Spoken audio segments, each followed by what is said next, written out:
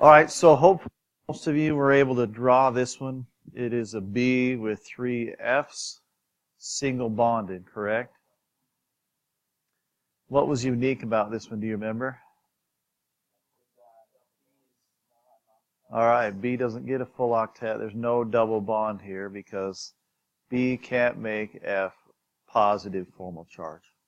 Sound familiar? All right, to answer this question, we haven't talked about it yet, but I want you to think about a circle, and a circle contains 360 total degrees, correct? All right, these three things will orient themselves as far away from each other as possible. And I'm not going to be very good at that. If we take 360 and we divide it by 3, what do we get? 120 degrees is the answer. Okay? So, it's going to be more complicated than that. You don't have to have every bond angle memorized. And if I remember right, this really is, well, there's two. This is the only multiple choice one. And then in part of the free response, I think I ask about one specific angle. But ultimately, we're going to think, all right, a circle contains 360 degrees. How many bonding domains is a word we're going to learn? And non-bonding domains do I have? And I just do some math based on that. Sound okay? It's not super difficult. If it was confusing right now, that's sort of acceptable because this is coming up. As you can tell by the boldness and the font size, the molecular geometry is the huge topic. And there's a lot to that. But it's generally not hated that much. Even remotely that much. All right, but there's a lot of aspects to it, and it has some consequences based on geometry. And then we're going to learn about polarity based on geometry. This literally takes 2 minutes to talk about. Hybridization, that's about 10 minutes. And sigma and pi bonds, you can learn in 30 seconds. Sigma and pi bonds, it's whether you shake someone's hand or give them knuckles. Like, it can be literally explained. Pretty simple. That's seconds. So, we're going to spend the majority of the next few days. We will test before the break. I'm hoping to test on Wednesday. That's my goal. All right. We'll spend the majority of time on this. That's sections 9.1 and 9.2. It's what the blue sheet's on mostly. Please read that. Today's Thursday, right? It's funny, all morning I planned like today was Friday, but I just remembered it's not. Anyway, so the first thing we're going to do is actually play with balloons. Oh, great. Well, I'm sorry. If a balloon pops, it was an accident, and we will forgive that human being. Sound fair? All right. So think through this through these notes.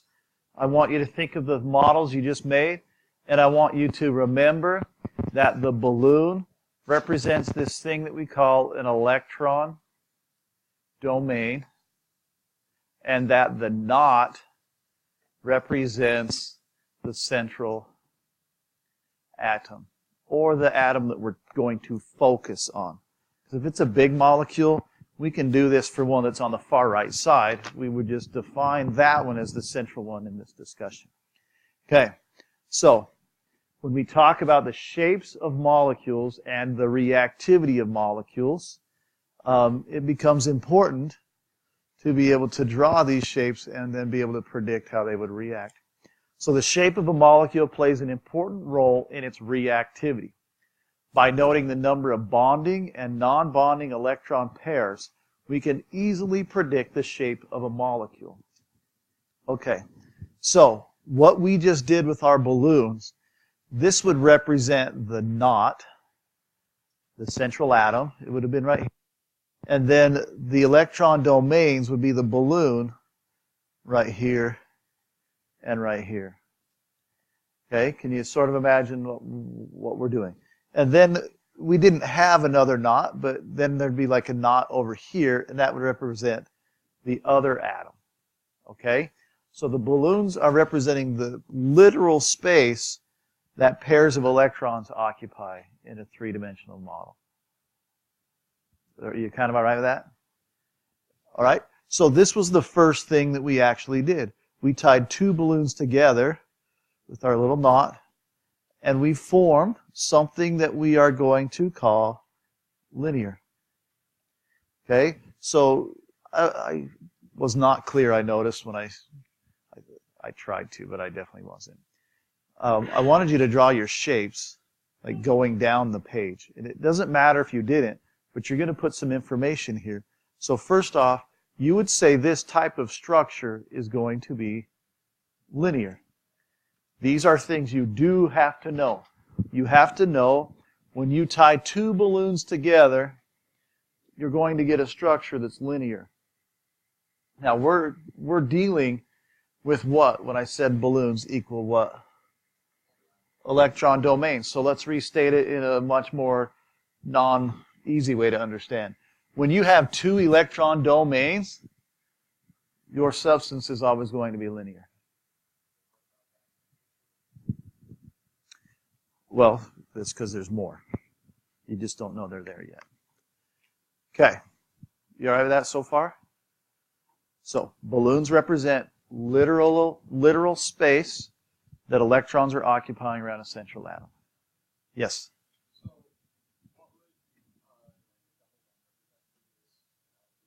A double bond, like if this was a double bond, which CO2, it would just be a bigger balloon. Literally.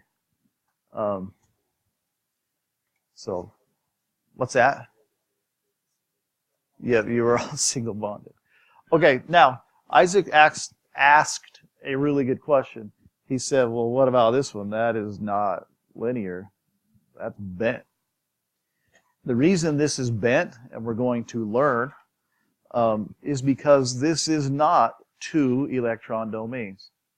There's three of them. Now, you can't see the third one because it's not drawn here. But in order to bend these, there had to be non-bonding pairs of electrons up here pushing those two away from it. And I think someone actually made one. I went around and took some pictures. We didn't quite hit every one I was looking for, but that's okay. We'll be all right. Let's see here. Right here. So whoever made this one, think about this. Think about the white balloons representing this space right here. So that's two things that it's bonding with, here and here. You with me? But then there's this third region that forced the other ones to bend a little bit. That's just not written in that structure. All right, in this chapter, we're going to deal with what we call the electron domain geometry and the molecular geometry. And the molecular geometry comes from the electron domain geometry, but you don't draw all the electrons in the molecular drawing. So this would be the molecular geometry, but the electron domain geometry would just be that. Okay? Now, we're going ahead, but whatever. So right here, by noting the number of bonding, so that would be here and here, and non-bonding electrons, we would have here, technically, if I remember right, you'd have two here that would push it even farther away.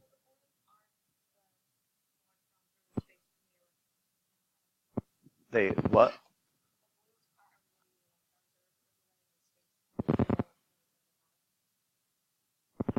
Yes. I can't tell if she's saying aren't or are.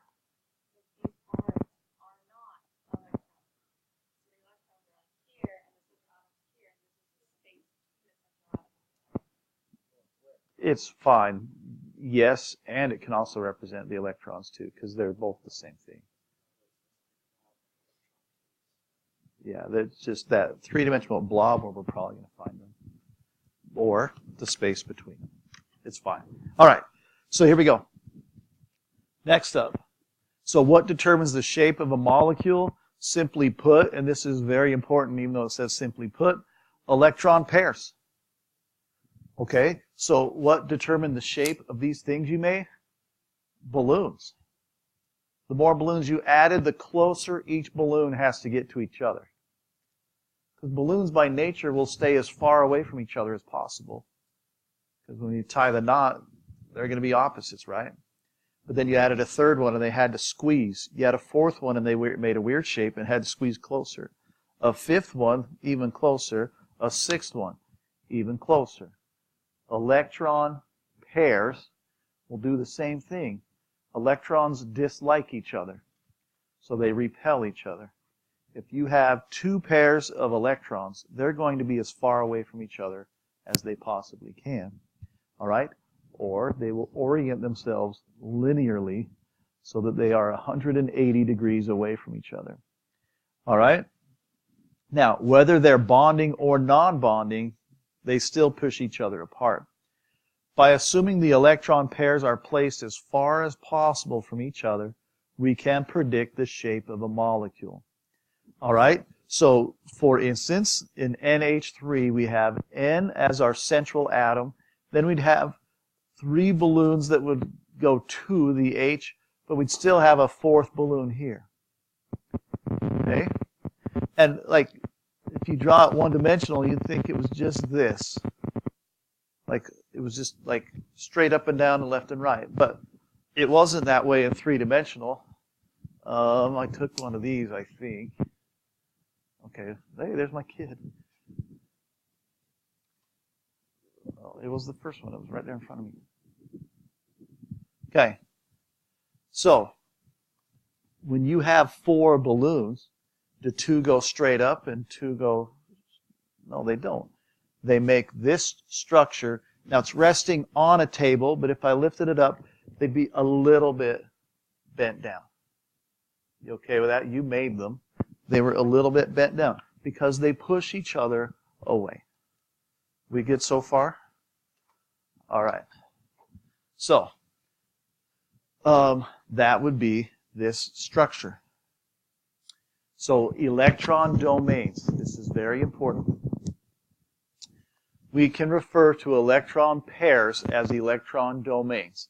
And domain just means home or residence. So it's just where they are. In a double or triple bond, all electrons shared between those two atoms are on the same side of the central atom.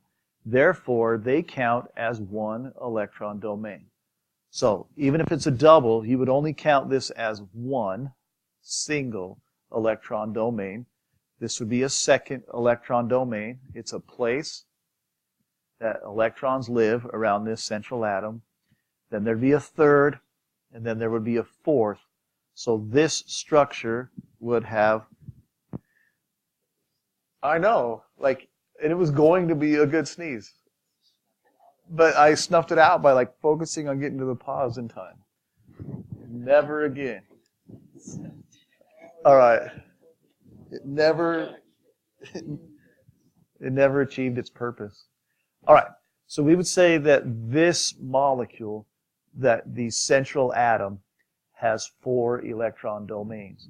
Now, I could certainly, if I felt like it, say how many electron domains does boron have, or B. I guess this is just A and B. Will you tell your lab partner how many electron domains B would have? Okay, the answer is 3. Because remember, a double just counts as 1. So there's one pair, or, well, 2 pairs, but it doesn't matter. 1 domain here, 2, and 3. How about this one? Yeah, A would definitely be breaking the octet rule. This one has 4 domains, and this one also has 4 domains. You okay with that? So all we do here is we draw the Lewis structure. What? It was just A and B. It was just showing you examples. All right. So, hold on. thought I had this written somewhere. I don't. All right. What you do, and this is why Chapter 8 and 9 go so well together, is because to do Chapter 9, you got to draw Lewis structures like crazy. So you're going to draw the Lewis structure of each of these things. And then for each, tell me how many electron domains there are around the central atom. We've done CO2 a couple times. It was O, double bond C, double bond O, correct? So how many domains are there around carbon in this? There's 2. 1, 2. So we learned a little bit ago that if you tie 2 balloons together, they opposite themselves. They arrange themselves opposite. Or they're 180 degrees apart. Or we would say it's linear. Okay? I haven't taught you the other ones, but will you try NH3 and SO3? All right, so NH3, it was on the previous page, so hopefully that one went fast. It looks something like this. All right? I guess I'm doing it more complicated than it needs to be right now. All right, how many domains? There's 4 domains, right? What's that? Yeah. All right, and then, so this will have a name. It's going to be called tetrahedral. And we'll talk through that a lot tomorrow. SO3, that one has a double bond, right? All right, and I look at sulfur, because that's the one it told me to look at. How many places do electrons reside around sulfur? 1, 2, 3. So 3 electron domains. We would call this trigonal planar. Okay? And those are words we're definitely going to hammer in tomorrow. The blue sheet hammers them in as well. Okay, are we all right with determining the number of electron domains? It should be simple as long as you can write the Lewis structure. Okay, so valence shell electron pair repulsion theory, or the VSEPR, which I often call the VSEPR model because that's easier to say, is this exact thing. This is 100% the VSEPR theory or VSEPR theory. It's just these balloons because balloons and electron domains act the exact same way. All right? It says the best arrangement of given number of electron domains is the one that minimizes the repulsion among them. So look, this is saying in the back seat of my minivan, my kids will get along best if they're as far away from each other as possible. Okay? No one gets to sit in the middle seat in the back because that's just a fight.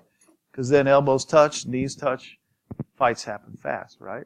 Electrons are just like little kids in a minivan. They want to be as far away as physically possible to make everything better for the road trip. What's that? Yeah. I really want to push a button and divide my back van into 4 separate quadrants with soundproof walls. All right. Wouldn't that be lit? Okay. What's that? I love my children, by the way. I just don't love traveling with my children. Tie them to the roof? Chloroform. All right. I would love to go back.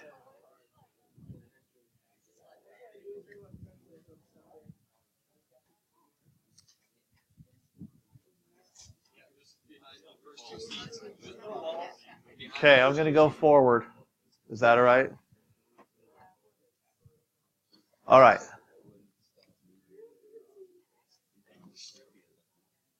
Whoa, here we go. So, the first step of this, which we've already talked about now, or before, is electron domains, but now we tie it to what we call electron domains geometry. And as you added a balloon, you should notice you created these exact shapes. If you look at the people that draw them carefully, you can see Diane's paper that they look super similar. All right, as far as this test and the AP test, you do need to have these memorized. You need to know this structure is linear and has a bond that's 180 degrees apart. Now, if you understand that we're dividing a circle into parts, some of these are very, very reasonable. You don't have to memorize them, you just do some math. When you tie 3 balloons together, all right, you get what we call trigonal planar. Trigonal is how you spell it, planar. And this was from the test question I talked about this morning. We have BF3, where B was my central atom, and we divided our circle into 3 parts. 360 divided by 3 is 120. It makes something trigonal planar. Trigonal means 3 things are involved. Planar means they're all on the same plane. And I don't know, I think I did. It was this one, wasn't it? Gosh, hi Jace. This is trigonal planar. Now, whether they're bonding or not, right now we don't care. But we had 3 things, correct? And they were all on the same plane, meaning nothing was bent. If you look at this beautiful human right here, all right, there's all sorts of planes involved in this structure, right? What? Oh, it's a butterfly. Sorry. What is it? It's a ladybug. It's a...